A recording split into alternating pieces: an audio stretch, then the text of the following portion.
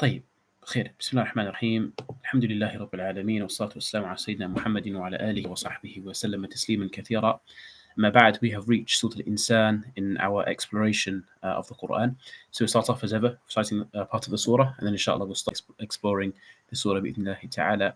Allah Jalla wa Ala says in the Quran, أعوذ بالله من الشيطان الرجيم بسم الله الرحمن الرحيم هل أتى على الإنسان حين من الدهر لم يكن شيئا مذكورا إنا خلقنا الإنسان من نطفة أمشاج نبتليه فجعلناه سميعا بصيرا إنا هديناه السبيل إما شاكرا وإما كفورا إنا أعتدنا للكافرين سلاسل وأغلالا وسعيرا إن الأبرار يشربون من كأس كان مزاجها كافورا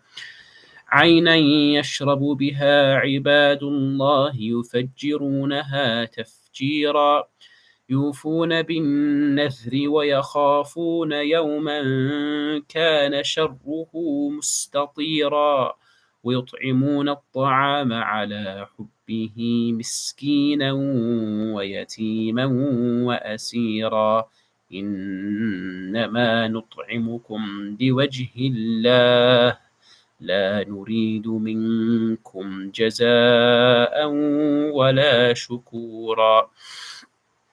طيب, أما بعد. This is Surah Al-Insan, and to start off with, the Prophet sallallahu alaihi wasallam, he used to recite this surah and Surah Al-Sajdah on the Fajr on the day of Friday. So it's authentically reported that he would often recite these two surah at Fajr time on Friday. And subhanAllah, Ibn Hajar al-Asqalani rahimahullah ta'ala, he mentions a nice benefit as to why were these two surahs, why would he commonly recite these two surahs on a Friday. And he said because number one, that these surahs talk about the creation of the human being, and Adam, and it also talks about the Day of Judgment. And both, the human being's creation or Adam's creation and the Day of Judgment will happen on a Friday, as it comes in the Hadith of the Prophet that these two things will happen on a Friday. Well, of course, the creation of Adam happened on a Friday, and the Day of Judgment will happen on a Friday. So this is maybe one of the reasons why the Prophet ﷺ would recite these surah on the Fajr of Friday. Let's have a look at these ayat. The first ayah, Allah subhanahu wa ta'ala, he says, هَلْ أَتَى عَلَى الْإِنسَانِ حِينٌ مِّنَ الدَّهْرِ لَمْ يَكُنْ شَيْئًا مَذْكُورًا. The translation we could say is not a period of time when each human is nothing worth mentioning. This surah starts off, it actually starts off with a rhetorical question. Rhetorical because we know what the answer is, which is why some of them said, هَلْ here means قَد. But it really is like a rhetorical question that you already know what the answer. Has there not been a period of time? The answer is yes. Of course, there was a period of time when the human was something not worth mentioning, i.e., there was a period of time when we were not in existence, or we were not worth mentioning. We were just a little substance in our mother's body. So many of the scholars of tafsir understood it like this, to be the species of human, i.e. the children of Adam alayhi salam. And some of them said actually what it's being referred to as Adam, but I find the stronger opinion to be actually meaning all of human beings, because the next verse also talks about Insaan, and it's clear there that it's talking about the species of the human being. So what it's saying is, of course, if people are going to reject the Day of Judgment, first of all, let's have a look at ourselves. There was a time in our life when we were nothing. When no one was talking about Mustafa, pre-1994, or in the early months of 1994. I was something that not even worth mentioning. People don't know who I am. So we're so sometimes we're so arrogant. Whereas there's a moment of time that you were nothing. No one was talking about you, and the world was carrying on just fine without you. And also, it's an evidence, of course, that if you came from a time when you was nothing worth mentioning, and you came from nothing, and of course, if Allah Subhanahu wa Taala can create you from nothing or from something that's not worth mentioning, then of course He can resurrect you as well. He can resurrect you as well. So this is for people to contemplate in terms of their own creation and their own kind of journey in terms of time, because there was a period of time when you were nothing worth mentioning. Then Allah Jalla wa ala, He says, إِنَّا خَلَقْنَا الْإِنسَانَ مِن نُطْفَةٍ أَمْشَاجٍ نَبْتَلِيهِ فَجَعَلْنَاهُ سَمِيعًا بَصِيرًا. For indeed, we created the human beings from a drop of mixed fluids, in order to test them. نَبْتَلِيهِ فَجَعَلْنَاهُ سَمِيعًا بَصِيرًا. And we made them hear and see. Uh, so this is why I find the strong opinion in the previous verse not to be referring to Adam, but to be referring to all different humans, because here it's clear that the drop of mixed fluids is of course referring to the children of Adam, because of course the creation of Adam was slightly different. It wasn't by mixed fluids. So Allah Jalla wa ala, He created us by we were created by these mixed fluids. Amshajin basically means mixed, and He says nibtalihi, that we're going to be tested. And of course, sometimes people get surprised when they get tested in this dunya, but Allah subhanahu wa ta'ala makes it very clear that this life, we are created so that we can get tested. And of course, and everyone gets tested. Everyone gets tested. And this idea of we get surprised when we're going to get tested. We shouldn't be surprised. Allah told us that we're going to get tested. We're going to get tested, and people are tested in different ways. Some people are tested with wealth, to see what they're going to do with their wealth. Some people are tested with poverty. Some people are tested with sickness. Some people are tested with health. Some people are tested with their families. Some people are tested with, and everyone has different tests, and tests change, and everyone's tests are different. But you're going to get tested. There's no doubt you're going to get tested. And this is like when Allah Jalla says in Surah Al-Ankabut, Alif Lam Mim, أَحَسِبَ النَّاسُ أَن يُتْرَكُوا أَن يَقُولُوا آمَنَّا وَهُمْ لَا يُفْتَنُونَ. Did the people think that they're going to believe and they're not going to go for any types of fitna? So we're going to get tested. فَجَعَلْنَاهُ سَمِيعًا بَصِيرًا. And we made them hear and see. And Allah subhanahu wa ta'ala highlights two favors that He's given us: our hearing and our seeing. And it is with these two favors Allah subhanahu wa ta'ala gave us that it's also going to be our biggest test, which is knowing Allah. Because these are the two ways how we can know about Allah subhanahu wa ta'ala: by what we hear and by what we see. Because, of course, when we hear the ayat of Allah, and we hear about Allah subhanahu wa ta'ala. For example, whether it be the Quran or whether it be the Sunnah, we hear about Allah. So this is how we can, and these are some of His ayat, of course, His actual ayat in the Quran. We hear them, and that's a way for us to know about Allah subhanahu wa ta'ala, and for us to be tested in terms of did we go with the Quran. And the other way how we know from Allah is by our sight, because when we see the things around us, these are also ayat. These are ayat al-kawniyah. These are also His signs. So Allah subhanahu wa ta'ala gave us these two favors, our sam'ana and our basar, our hearing and our sight, so that we can, as a test for us, number one, so that we can see, are we going to abide by Allah subhanahu wa ta'ala? Because that's how we can know Him, how we will know Him by these two senses, by our hearing and our sight. And also as a general test.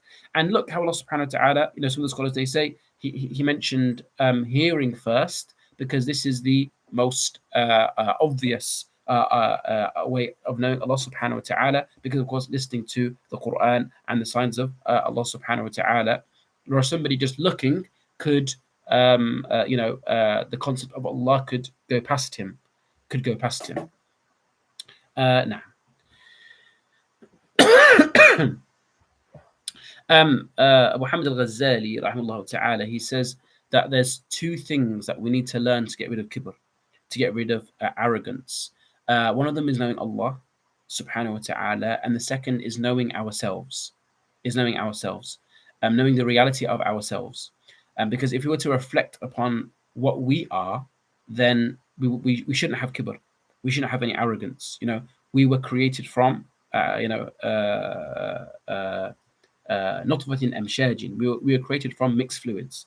So if there's two ways for us to stop being so arrogant, it would be to reflect upon how great Allah is and how weak really we are. And I think I mentioned once one of the same as the companions, sorry, one of the Salaf, that said, how he's surprised how people have arrogance when we came out of the place where you go to the toilet twice. That's how you're made. Once yeah, we are created by in our creation we came out of not a dignified place twice. Nah. Then Allah Jalla wa'ala says, "Inna hadaynahu as-sabila imma shakiran wa imma kafura." We have already showed them the way. We have showed them the sabil. We have showed them the way. So whether they choose to be grateful or ungrateful, shakiran wa imma kafura. Just a linguistic point here. Allah Subhanahu wa Taala He says shakiran and kafura. Shakiran is a ism fa'il, and kufura is an emphasized. It's an emphasized word. So if it was to be on the same, the same grammatical form, it would have been imma shakiran wa imma kafiran, or wa imma shukura wa imma kufura. But it's not. The thankful was on as on ism fa'il, meaning he's thankful, but he's not like extremely thankful. And what is like one of the benefits of this? One of the benefits is that in reality, very few people, if not, an unbelievable minority, are actually extremely grateful because none of us are truly very grateful to Allah Subhanahu wa Taala. That's the reality. Because Allah Subhanahu wa Taala has given us so much blessings, and how many people are actually constantly grateful about all the blessings or about many of them? Of course, we can't have all of the blessings because we can't even count all the blessings. As Allah subhanahu wa ta'ala says in the Quran, وَإِن تُعُدُّوا نِعْمَةَ اللَّهِ لَا تُحْصُوهَا. And if you were to count the blessings of Allah, you won't be able to count them. You won't be able to count them. And often there's a lot of blessings that we don't think about. Yet once they go, then we realize how much of a blessing that was. Something as easy as, I don't know, teeth or hair or something like we don't even think about. It's a blessing. So very few people are shukur, have this mubalagha in terms of shukur. But some of the prophets were described as shukura, like Nuh alayhi salam. If memory serves me correctly, who kana abdan shukura, that he was a slave that was shukur, and this is a mubalagha. It's an emphasize. He was extremely grateful, but that's not what's being asked for. It's not this extreme gratitude because people aren't grateful, but it's just having this slight bit of gratitude. Imma shakiran wa imma kufura. But kufura has got a mubalagha because how can you be so ungrateful? How can you be so ungrateful? Now, so Allah subhanahu wa ta'ala made the path clear. He made it clear, and remember, how did he make it clear? By using those two senses that we mentioned in the previous verse, your sami'a and basira, with your your hearing and your sight. But are people going to be grateful to their Lord, or are they going to be ungrateful and reject Allah subhanahu wa ta'ala? And something, subhanAllah, one of the but they mention about this idea of being grateful. Let's say we had a blessing, whatever the blessing might be, I don't know, electricity, for example, and then one person can be grateful for that blessing of electricity, for example. The fact that you are grateful for that blessing is in itself a blessing because Allah subhanahu wa ta'ala gave you the tawfiq to be grateful for that blessing. So that means that if you're going to be grateful for every blessing, okay, so you're grateful, so you have light, you're grateful for the light. Now you've got to be grateful for the fact that Allah subhanahu wa ta'ala gave you the tawfiq to be grateful for that light. Then you've got to be grateful for that. So even the blessing of being grateful is in itself something to be grateful for. Now, then Allah Jalla wa ala, He says, "Inna a'tadna lil kafirina salasila wa aghlala wa sa'ira." Of course, He's now going to describe these two people, the shakir and the kufur. He starts off with the kufur, this person who is ungrateful. Indeed, who of course the disbelievers. So indeed, we have prepared for the disbelievers salasil, which is chains, وأغلالا, which is shackles, وسعيرا, and a blazing fire. Salasil are these chains. And elsewhere in the Quran, Allah subhanahu wa ta'ala describes these chains as being chains that are, they are dragged by these chains to Jahannam. They are dragged by these chains to Jahannam. وَالسَّلَاسِلَ يُسْحَبُونَ. Allah subhanahu wa ta'ala says elsewhere in the Quran. They are dragged by these chains. And the aghlal are shackles, like on their hands. Uh, and it mentioned elsewhere in the Quran as well. Allah subhanahu wa ta'ala, when He describes, the salasil, He says, سَبْعُونَ ذِرَاعًا فَاسْلُكُوهُ. He describes how big these chains are. So, not only is it a painful punishment, it's also a like a disgraceful punishment as well, as if like you're a prisoner, in chains and shackles. So he starts off with the kufur, then he starts talking about the shakir, these people that are grateful, which of course are the believers. إن الأبرار يشربون من كأس كان مزاجها كافورا. Indeed, the abrar, indeed the virtuous, will have a drink, or will be drinking from a drink flavored with kafur. First of all, this idea of ka's. Some of the scholars, like Izzy ibn Abdul Salam, he says that whenever ka's is mentioned in the Quran, what's being referred to is an alcoholic drink. So this word ka's, according to many scholars, generally speaking, means alcoholic drink. And of course, the alcohol of Jannah is not like the alcohol of this world. You don't have all the bad effects of the alcohol in this world, like headaches and feeling sick and so on. In fact, an alcohol is actually delicious to taste, لذة للشاربين in Jannah, not like the alcohol of this world. And the righteous are being described as drinking from these cups. كان مزاجها, that it will be mixed with كافورا. I saw translations saying camphor. I don't know what camphor is either, but I'm assuming it's a type of plant. Some of the scholars, what they mentioned about this kafur is that it's there to cool the drink. And also they describe how kafur is something that has a nice smell to it. I'm not sure whether camphor actually does it in this world. I really have no idea. But this is what these scholars describe about this idea of kafura. عينا يشرب بها عباد الله يفجرونها تفجيرا. From a spring where Allah's servants, عبادullah, يفجرونها تفجيرا. It will be, they will be drinking and it will be flowing at their will. Allah subhanahu wa ta'ala, He describes different springs in Jannah. There's different springs in Jannah.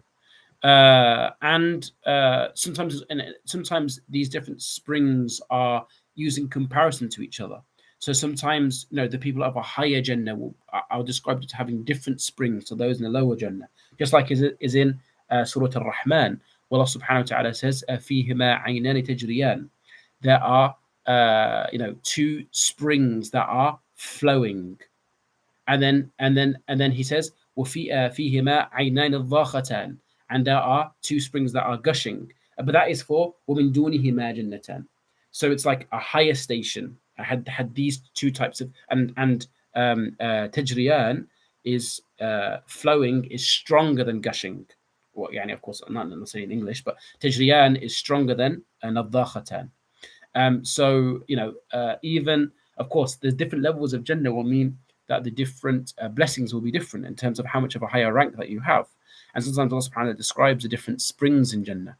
Here, for example, in Surah Al-Rahman, the higher Jannah is described as having, really like flowing springs, which is more than وَمِن دُونِهِمَا جَنَّتَانِ. Some of the scholars actually understood this ayn to be referring to kafur, as if that there is a spring called kafur, and it's a spring where the slaves of Allah drink from. Just one thing to note here. Allah subhanahu wa ta'ala describes His slaves in three different ways. He so far described the mu'min in three different ways. He first of all described them as shakir, imma shakiran wa imma kafura. He first of all described them as thankful. Then He described them as abrar. Innal abrara yashrabuna min ka'sin. Abrar, the plural of, you could say, righteous. A righteous person, the plural of that. And then here, he describes them as ibadullah, the slaves of Allah. And the slaves of Allah is a great, uh, it's a high station. That's a very high station. The Prophet ﷺ often in the Quran is not referred to as Muhammad ﷺ. He occasionally, very very few times, the vast majority of the time, he's referred to as Abdullah, you know, or Abdihi, Subhanalladhi asra bi Abdihi, his slave, because that's the highest that a person can get, is being known as the slave of Allah Subhanahu wa Taala, and that's such a high station. So Allah Subhanahu wa Taala describes His slaves in three different ways up until this point. And when you describe somebody, or when you describe something in different ways, it shows its station. It shows how important it is. So Allah Jalla wa Ala here is describing His slaves in three different ways: as thankful, as abrar, and as ibadullah, which is the highest station, that you're the slave of Allah. What does yufajjirunaha tafjira mean? Basically, what it means is that you're having complete autonomy over these springs. Allah doesn't exactly tell us exactly how we have access to these springs, but He's telling us that we have, all the scholars are interpreting this we have complete autonomy over it. So it's not like, okay, so I've got these springs, how am I going to go and get this water out? And I'm going to go do some hard farming to try and access these springs. No, you're going to have complete autonomy over these springs to be able to access it, however you want. And how that actually happens, Allah knows best. Then He starts to describe the characteristics of these abrar. يوفون بالنذر ويخافون يوما كان شره مستطيرا. They are those who fulfill their vows and fear a day of sweeping horror. يوفون بالنذر. What is a nadhr? A nadhr is a vow. It's a vow that you make specifically to Allah Subhanahu wa Taala, and often it's with regards of worship. So, for example, a nadhr would be something like, oh Allah, if I pass this exam, I will fast 3 days for your sake. For example, that would be another, for example. And of course, if you pass the exam, then you've now obligated upon yourself to fast 3 days. Or, oh Allah, probably the one everyone uses now, if I marry, if I get married to this person, I will, I don't know, recite the whole Quran, for example, do a khatam of the whole Quran, whatever it is, whatever the thing that you've kind of obligated upon yourself. And, of course, Allah knows what vows that you make. And it's of course a vow between you and Allah Subhanahu wa Taala. This is a vow between you and Allah. And of course, Allah knows what vows you make. Allah says in the Quran, أَوْ نَذَرْتُم مِّن نَذْرٍ فَإِنَّ اللَّهَ يَعْلَمُ. And any vow that you make, Allah Subhanahu wa Taala knows. Allah Subhanahu wa Taala knows. And of course, when you make a vow to Allah Subhanahu wa Taala, then you have to fulfill it. If it is a good vow. Of course, if you made a vow to do something evil, then of course then you shouldn't do it. And this actually comes in a hadith of Sahih Bukhari, that if you make a vow in terms of a bad thing, then you don't do it. So, for example, if you say, I don't know, oh Allah, if you allow me to pass this exam, I will, I don't know, break my neighbor's leg or something like that. Then no, of course you shouldn't do that vow. I don't mean you shouldn't have made that vow in the first place. But if you did make it, then you shouldn't act upon that vow. But if it's not in something bad, then yes, you've obligated upon yourself something that wasn't obligatory upon you. And what is the ruling of a nadhr? The scholars, they say that it is disliked. It is disliked to do a vow. Why? The Prophet ﷺ says in hadith as in Sahih Bukhari and Muslim, إِنَّهُ نَهَى عَنِ النَّذْرِ وَإِنَّهُ قَالَ لَا يَأْتِ بِخَيْرٍ وَإِنَّمَا يُسْتَخْرَجُ بِهِ مِنَ الْبَخِيلِ. The Prophet ﷺ, he naha, prevented, but here the prevention is not a prevention of tahrim, it's not a prevention of not allowed, that you're going to get sin. It's a prevention of karaha, it's disliked. Why? Because it's almost like you're so stingy that you're not going to do a good deed unless if you get something in return. You're not going to read Quran. Oh, well, I'm only going to read Quran if you give me this. So it's like you're being stingy, basically. So okay, let's have a look. I'm just giving you a background in terms of what is a nadhr, so that people understand what a nadhr is. So Allah Subhanahu wa Ta'ala described these people of Jannah, yufuna bin nadhr. When they make a nadhr, when they make a vow, they fulfill it. They fulfill it. But of course, making a vow, that kind of vow in the first place, it's something that isn't necessarily a good thing. But if they were to do it, they fulfill it. Now, the scholars, they say, if they are doing these vows, which in its original sense was not wajib, initially this vow was not obligatory upon them, but if they are tight, and they make sure that they fulfill these vows, which was not wajib initially until they made it wajib on themselves, then how about the things that was wajib initially? Of course, yani min babi awla, of course they will be fulfilling those things that were wajib, even without them making it wajib on themselves. So I hope that makes sense. I.e., they are people that take the commands of Allah seriously, to make the commands of Allah seriously. And of course, this is of course an evidence to say that one has to act out this vow. It's wajib upon someone once they've made this vow to act it upon. Now, ويخافون يوما كان شره مستطيرا, and they fear a day that its evil is mustatir. Mustatira. What does mustatir? Mustatira means muntashir. It means widespread. The actual original root word for mustatir is a tayr, which is a bird, and because it flies and it spreads out its wings and it's overcompassing. It's overcompassing. So mustatir is this overcompassing. So this these people, they are fearful of a day where the evil is widespread. They're fearful of the day of judgment, which is the translator here translated as its horror. Its horror is widespread. It's a terrifying day for all. And the one of the characteristics of these people, of these abrar, is this idea of that they are fearful, and the slave of Allah should always be between two states, between fear and between hope. So people who aren't fearful and people who just think, no, I'll be all right. I think it's fine, alhamdulillah, I'm in a good place. That's when we read about the companions and the righteous that came before us, they were people who used to be fearful for Yawm al-Qiyamah. They were people that were scared. And the slave should be between these two states, between a fear of Yawm al-Qiyamah and between hope in Allah's mercy. So this is another characteristic that Allah subhanahu wa ta'ala highlights, is the fact that they are concerned and worried about Yawm al-Qiyamah. What have I put forward in terms of deeds, and also fearful in terms of I know the state of my sins. We'll take three more verses. SubhanAllah, it carries on in terms of the descriptions of these people of Jannah, but I know that I've been 27 minutes. Let's take a few more verses. Then Allah Jalla wa Ala, He says, وَيُطْعِمُونَ الطَّعَامَ عَلَى حُبِّهِ مِسْكِينًا وَيَتِيمًا وَأَسِيرًا, and they give food and they feed people despite their desire for it. A desire for it. عَلَى حُبِّهِ مِسْكِينًا وَيَتِيمًا وَأَسِيرًا. They're feeding people even though they love it, even though they love that food. It's one thing to be able to give. It's another thing to be able to give when you love that thing. And even if we take the example of food, like we've all been in that time, and let's say, just for example, we've been hungry, for example, and we want to eat. I don't know. There's one, there's one muffin left or something, and you really want that. You really want that muffin, and it's like you're giving something that you actually really want, even though you love it. And it's like when Allah says in the Quran, لَن تَنَالُوا الْبِرَّ حَتَّى تُنْفِقُوا مَا تُحِبُّونَ. You're not going to acquire bir. Same root word as in al-abrar. You're not going to acquire this bir, this righteousness, until you give what you love. And here Allah subhanahu wa ta'ala describes that they're giving food. And of course, we don't have this poverty. We don't really live this poverty of food. But imagine if you did, live in this time of poverty of food, where you're actually, struggling to eat, and even in that state you're giving. Imagine how difficult that must be.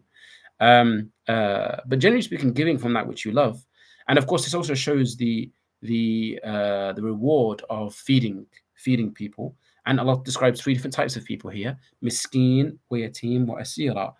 Miskin, the poor person; the yatim, the orphan; and asira, the captive. And subhanAllah, one thing that's incredible here, this is of course a Mecca verse. Who were the captives at this time? Not disbelievers. Here Allah subhanahu wa ta'ala is showing people to give ihsan even to disbelievers, war criminals, people that you've taken in terms of war. And this is how perfect the vision of Allah subhanahu wa ta'ala is. And of course, the stories of how the companions would treat the war criminals, the war captives from the Battle of Badr is well known in the books of Sirah. Well known. And of course, they're acting upon this ayah. Even the asir, they're giving them food even though they want that food for themselves. And of course, there's even reports that they would give the war captives the nice food and they would have the bad food. this is the ihsan that Allah subhanahu wa ta'ala tells us. And if that's how you're going to be with your enemy, imagine how you're going to be with everybody else. And this is how Allah subhanahu wa ta'ala teaches us how to deal with people, even the disbeliever, even the disbeliever. And of course, we can make it wide and say any kind of prisoner. But this is the ihsan Allah subhanahu wa ta'ala tells us to do. And when they give, why do they give? إِنَّمَا نُطْعِمُكُمْ لِوَجْهِ اللَّهِ لَا نُرِيدُ مِنكُمْ جَزَاءً وَلَا شُكُورًا. They give only for the sake of Allah. They're neither seeking reward nor thanks. They're not doing it for another reason. They don't have a hidden agenda. They're doing it لِوَجْهِ اللَّهِ, for the sake of Allah subhanahu wa ta'ala. We'll stop there because it's been long enough. We ask Allah subhanahu wa ta'ala to teach us the Quran and to make us from amongst these abrar that Allah subhanahu wa ta'ala describes as shakir. Wallahu a'lam wa sallallahu wa sallam ala Sayyidina Muhammadin wa ala alihi wa sahbihi ajma'in. If there's any questions, we can take some questions. Otherwise, we can end inshallah.